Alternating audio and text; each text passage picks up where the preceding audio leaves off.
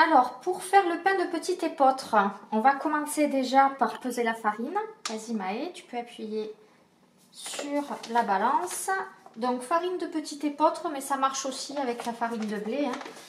Alors, on va peser 750 grammes.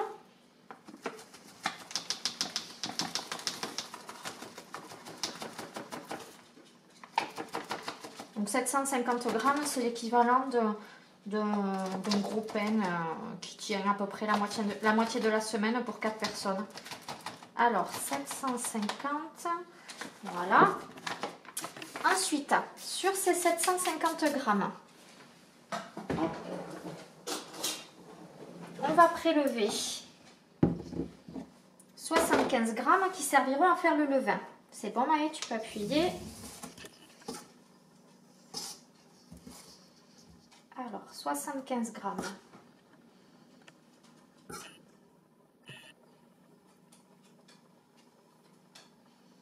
Hop. Voilà. Alors, pour préparer le levain, on va prendre de la levure boulangère bio et sans gluten. Donc, on met un sachet et demi. Bon, on est dans l'à peu près, hein. Il n'y a pas de souci, ça fonctionne de toute façon. Voilà, et le demi-sachet vous servira pour la prochaine fois où vous en ferez. On prend 150 ml d'eau tiède qu'on verse tout doucement pour éviter de faire des grumeaux.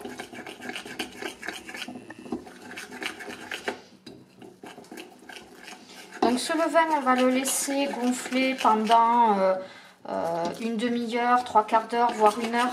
Ça dépend de la température de votre pièce. De toute façon, vous verrez, on le regardera tout à l'heure, le levain il se met à mousser et c'est là qu'on s'aperçoit qu'il est bon à être transvasé dans la préparation.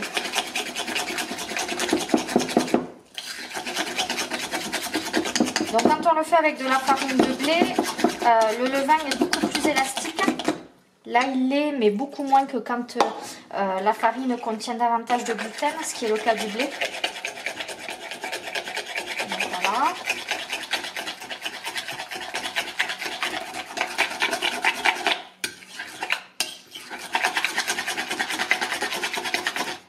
Donc le levain, on va le laisser tranquillement de côté. Maë, ça va être à toi. Hop. Alors Maë, tu vas mettre 1 cuillère à café et demie de sel. De sel, c'est là le sel. Hop, dans le saladier. Donc des plus grosses cuillères, voilà. Donc 1 et demie, la moitié d'une maintenant.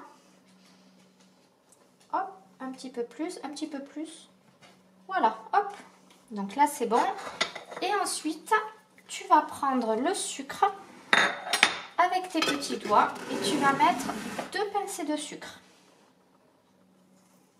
Un peu plus grosses les pincées, Maë. Prends avec plusieurs doigts. Voilà. Hop. Allez, encore une. Et c'est bon. Voilà. Alors, on met tout de côté. Hop. La farine qu'on retravaillera tout à l'heure. Le levain qu'on laisse gonfler. Et on se revoit dans 1 heure. Alors, vous voyez le levain qu'on a préparé tout à l'heure. Il a gonflé, il a moussé. Donc là, il est prêt à être utilisé. Donc, ce qu'on va faire, c'est qu'on va récupérer donc, notre farine avec le sel et le sucre. Donc, on mélange bien tout ça. On rajoute le levain. Donc, vous voyez qu'il a vraiment bien moussé. Il a super bien fonctionné. Hop. Donc là, ça fait à peu près 1 heure qu'on l'a laissé... On l'a laissé gonfler. Alors, hop. Donc, le levain, on rajoute 300 ml d'eau tiède. Voilà. Donc, dans un premier temps, moi, je remue avec la cuillère. Et après, on met les mains à la pâte. Alors là, vous voyez, il n'y a pas besoin de robot, il n'y a pas besoin d'équipement particulier. Juste de l'huile de coude. Alors, voilà, je garde toujours la farine à côté parce qu'il y a souvent besoin de rajouter un petit peu de farine. Hop, récupère le maximum. Voilà, et on pétrit.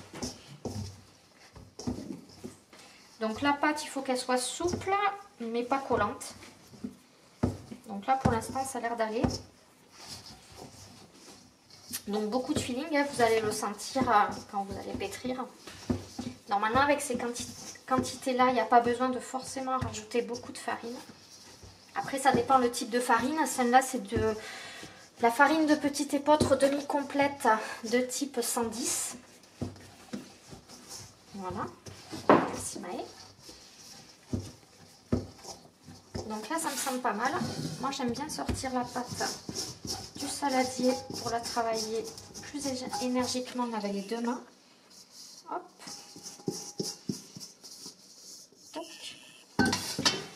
Et on y va. Non, mais tu le laisses là, puisqu'après, on va mettre la boule de pâte à gonfler pendant 1 heure. Voilà. Donc là, vous voyez, elle colle un tout petit peu. Donc je rajoute juste un tout petit peu de farine. Voilà. Donc on n'hésite pas à bien la pétrir, qu'elle soit bien souple. Alors après les fois où j'avais un peu la flemme, où je la pétrissais moins, ben, ma foi, le pain était quand même bon. Donc si vous n'avez pas trop d'énergie, vous inquiétez pas, ça fonctionne quand même.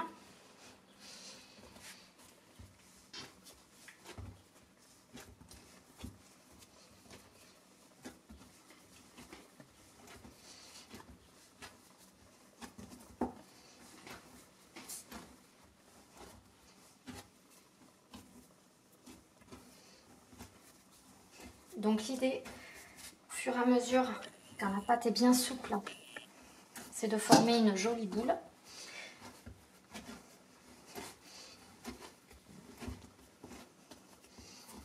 Hop. Alors sûrement que les vrais boulangers diront que j'ai pas la technique, que c'est pas exactement comme ça qu'on pétrit. Mais enfin là, c'est histoire de vous montrer que même si on n'est pas du métier, ben, on y arrive quand même.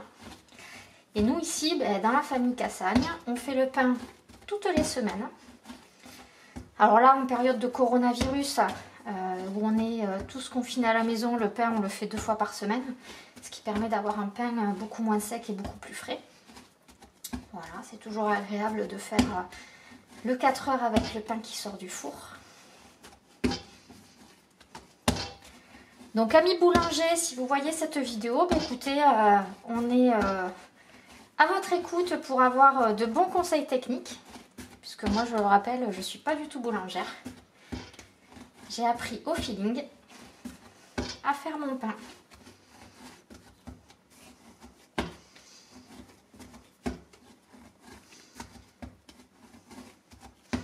Donc voilà, j'essaie de former une jolie boule.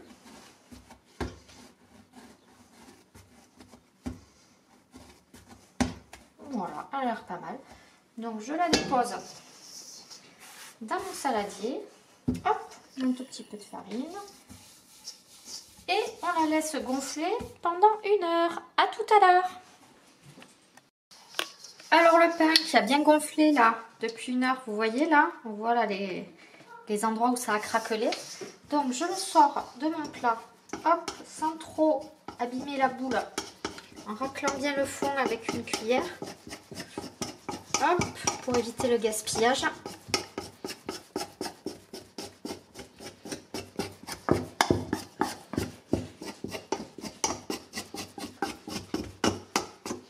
Donc on voit bien hein, qu'il a bien gonflé. Donc l'idée c'est de surtout pas refaire de plis parce qu'après ça fait des choses un petit peu étranges à la cuisson. Un pain qui craquelle et c'est pas du tout agréable.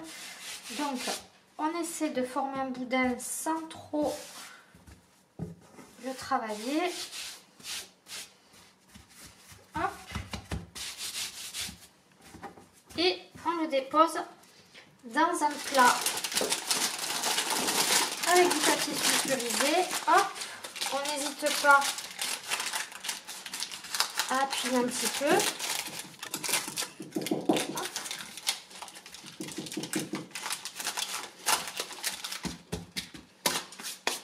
Et on le laisse gonfler 2 à 3 heures. À tout à l'heure. Alors, on a mis le four à préchauffer à 220 en chaleur tournante. Le pain est bien gonflé. Donc on le voit. Hein. Et maintenant, on va glisser le pain dans le four. Alors, Maë, donne-moi ça pour pas te brûler. Hop. Et on le laisse cuire 45 minutes. À tout à l'heure. Allez, le pain est cuit. Donc, on éteint le four.